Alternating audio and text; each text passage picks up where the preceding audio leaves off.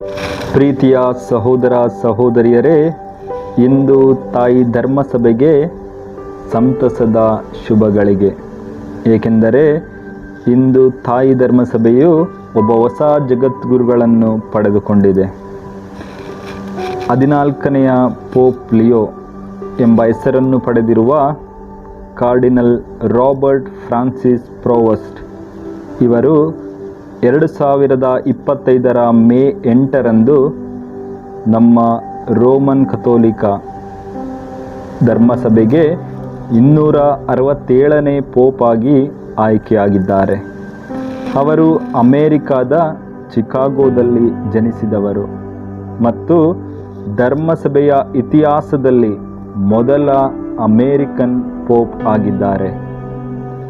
Robert ಪ್ರೋವಸ್ಟ್ ಅವರು ಪೆರುದಲ್ಲಿ missionary ಕಾರ್ಯದಲ್ಲಿ ತೊಡಗಿಸಿಕೊಂಡಿದ್ದು, ಲೀಮಾ ನಗರದ ಚರ್ಚಿನ ನಾಯಕತ್ವ ಸಹ ವಹಿಸಿದ್ದರು.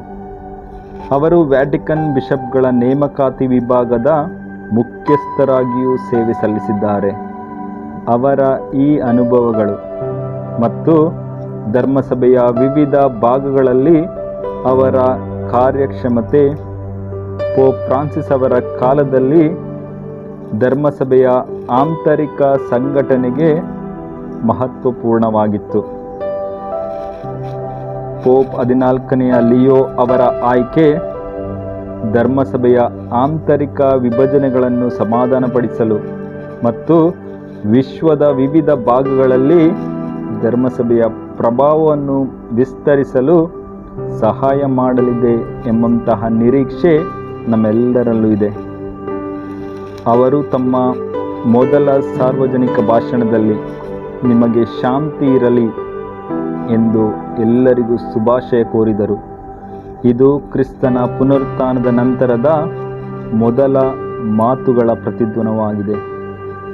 ಪ್ರಿಯರೇ, ಈ ನಮ್ಮ ಜಗದ್ಗುರುಗಳನ್ನು ನಾವು ವಿಶೇಷವಾಗಿ ಪ್ರಭು ಯೇಸು ಕ್ರಿಸ್ತರ ಅಮೃತ ಹಸ್ತಗಳಿಗೆ ನೀಡಿ ಈಗ ನಾವು ಪ್ರಾರ್ಥಿಸೋಣ.